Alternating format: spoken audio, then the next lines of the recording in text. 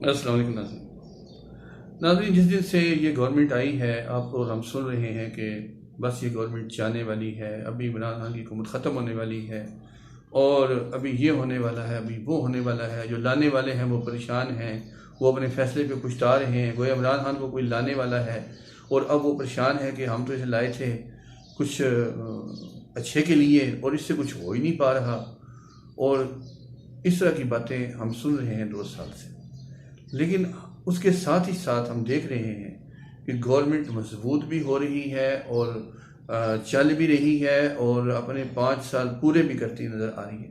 और इमरान खान साहब की ज़ाती जो रेपुटेशन है वो हर रोज़ बढ़ रही है और लोग उन्हें पहले से ज़्यादा पसंद कर रहे हैं। लोग उनके बारे में बिल्कुल डाउटफुल नहीं है कि इमरान खान साहब के अंदर कोई प्रॉब्लम है या वो कुछ करना नहीं चाहते या वो कर नहीं पा रहे।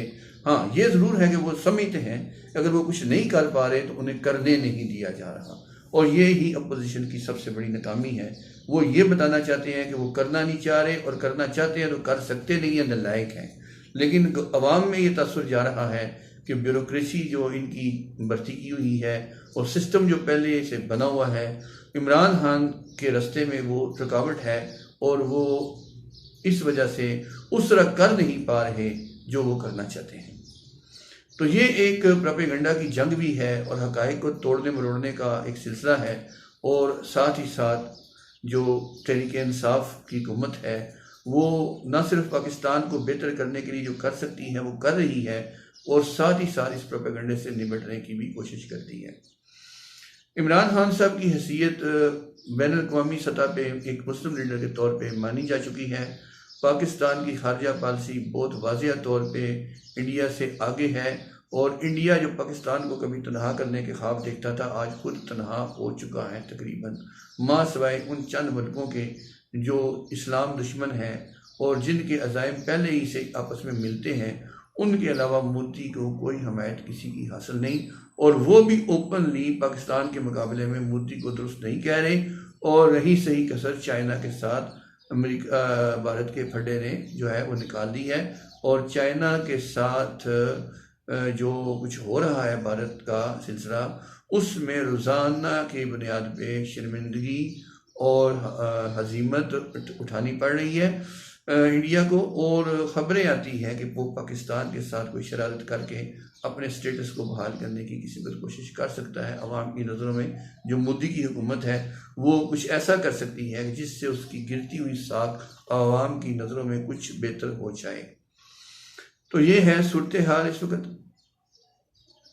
सही खबरें अगर आप सुनना चाहते हैं और सही तजिया अगर आप सुनना चाहते हैं तो समी इब्राहिम साहब, चौधरी गुलाम हुसैन साहब और सदीक जान साहब और साजिद गोंदल साहब जैसे लोग इस वक्त कुछ और यूट्यूबर्स भी हैं जो हक सच की बात कर रहे हैं। और इनके अलावा ज़्यादातर जो सोशल मीडिया है, जो इलेक्ट्रॉनिक मीडिया है उस पर जो प्रोग्राम हैं, जो जर्नलिस्ट हैं, जो चैनल्स हैं वो कंप्रोमाइज्ड हैं और अपोजिशन की तरफ उनका झुकाव है और गवर्नमेंट के मौक़िफ़ को वो पीछे करते हैं और हाईलाइट उस तरह नहीं करते जैसा करना बनता है।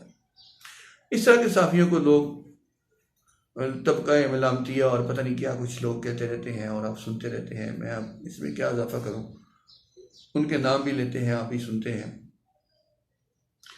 मैं आपसे ये कहना चाहता हूँ ये है कि गवर्नमेंट ऑफ पाकिस्तान ने आटे की कीमत की कंट्रोल के लिए इस वक्त गंदम जो पड़ी है हुकूमत के ज़खायर में उसको ला के बाहर सस्ता आटा को अवाम की पहुँच में लाने के लिए सस्ते आटे के पॉइंट्स बनाने का फ़ैसला किया है जो कि बड़ा अच्छा फ़ैसला है और अवाम को रिलीफ देने की तरफ एक कदम है।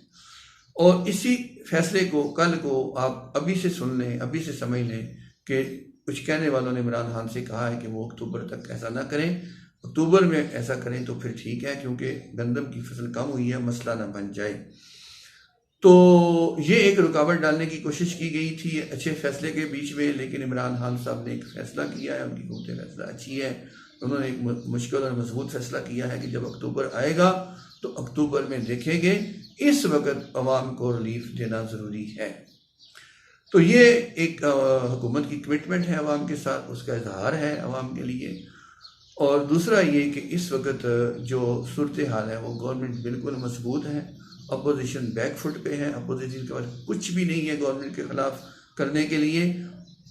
अफरा तफरी और परेशानी जो मची हुई है वो आप सुन रहे हैं कि कुछ ऐसे इकदाम गवर्नमेंट करने जा रही है जिनमें कि नैब अदालतों को 120 बढ़ाने का फैसला है, फौरी तौर पे अदालत ने किया है, सुप्रीम कोर्ट ने, कि नैब अदालतों में 120 कोर्ट्स का इजाफा किया जाए और इसी तरह इंसाफ को तेज़ किया जाए, इंसाफ के अमल को, और जल्दी फैसले किए जाए करप्शन के, और मुल्क में लुटा हुआ पैसा है उसके वापस आने की शक्ल बने और जल्दी से आवाम को कुछ नज़र आए होता हुआ।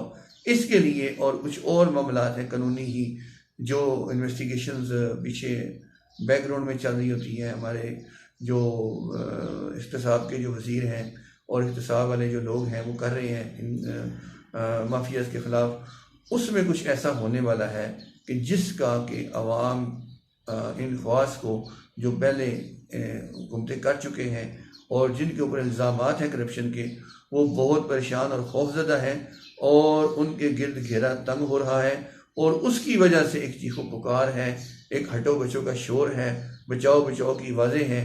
और शोर तो अपने बचाने का है, फिक्र जो है और चीखो पुकार अपने अंदर की है, अपने आप की है, लेकिन शोर ये है कि गवर्नमेंट जाने वाली है, गवर्नमेंट आज और कल की मेहमान है, ताकि अवाम को कंफ्यूज किया जा सके और उनको समझ में ना आने दी जाए कि असल मामला क्या है।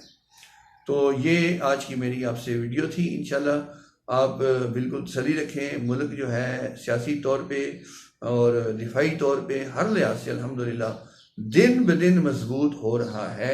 और पाकिस्तान की जियो स्ट्रेटजिक जो एक लोकेशन है, जो एक इसकी पोजीशन है जोग्राफियाई, वो ऐसी है कि पाकिस्तान इंशाल्लाह आगे ही आगे जाने वाला है। और जिन हाथों में है और जो फैसले इस वक्त हो रहे हैं, और आपको याद होगा कि जनरल बाजवा साहब ने कुछ साल पहले कहा था कि अब दुनिया को डू मोर करना है, अब हमें डू मोर करने के लिए कोई कुछ ना कहे।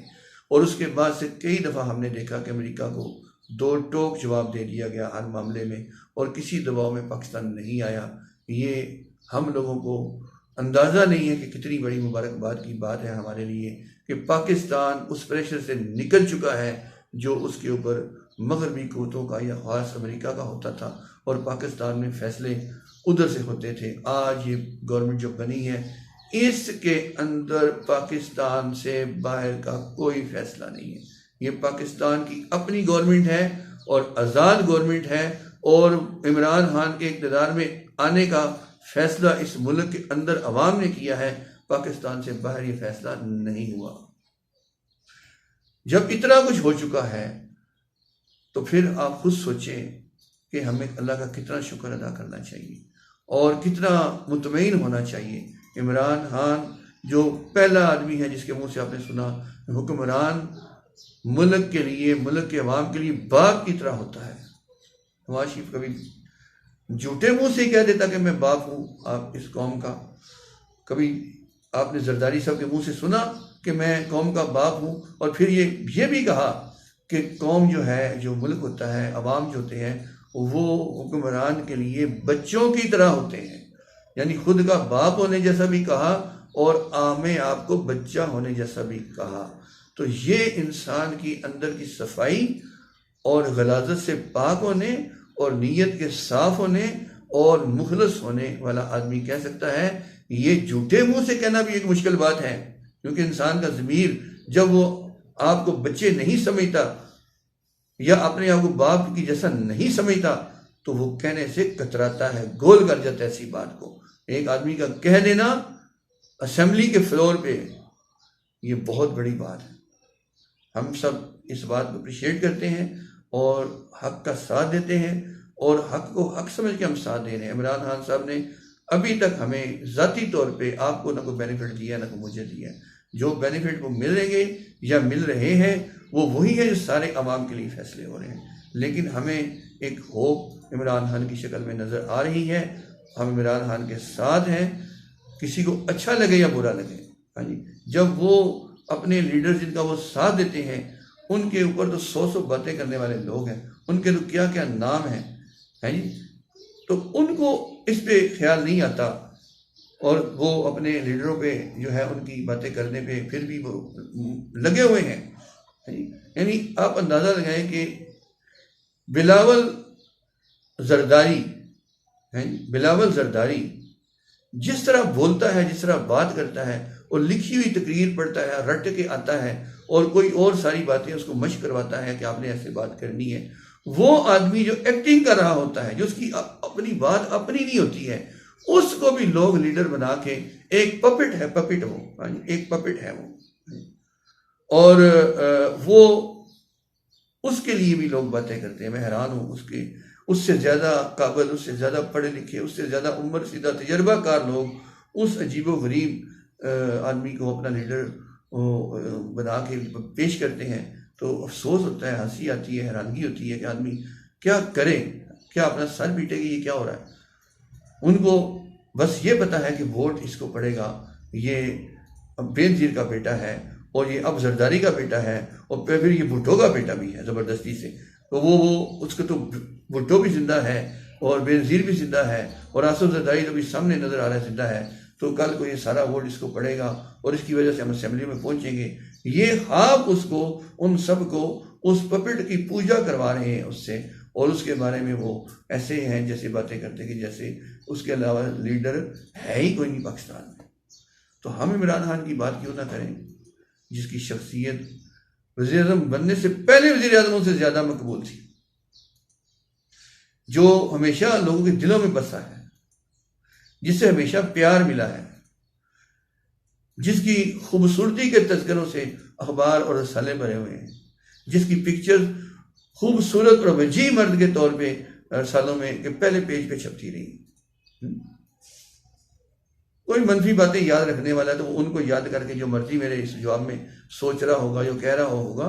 इंसान जब जो आगे बढ़ता है और उसके दिमाग में तब्दीली आती है और वो पिछली चीज़ों को छोड़ता है और तौबा करता है और अपने रास्ते बेहतर से बेहतर करता चला जाता है, तो वो पिछली चीज़ें तो अल्लाह ताला माफ़ कर देते हैं, हाँ जी।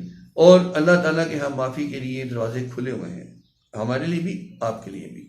तो इमरान खान की आज की शख्सियत के बारे में हम बात करेंगे।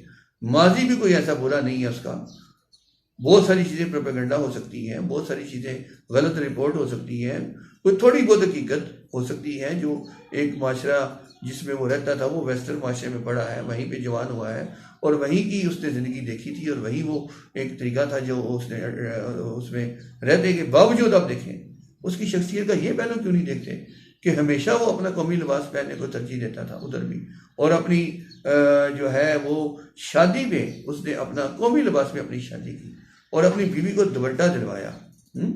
और उसने वो शादी उस तरह नहीं की जैसे वेस्ट में शादी होती है। इसका मतलब है कि उस वक़्त भी उसके अंदर इतनी कौमियत, अपना पाकिस्तानियत, अपना इस्लाम इतना था कि उसने अपनी इक़दार को तरजीह दी। गोरों की इक़दार को गोरा बन के कोट पैंट पहन के टाई कस के उसने अपनी शादी नहीं की, बास्केट में और शलवार कमीज़ में, और अपनी बीवी को भी शलवार कमीज़ पहनाया और सर पे दुपट्टा भी दिलवाया। और ये उसकी अंदर की एक मजबूती की उस वक़्त भी दलील थी।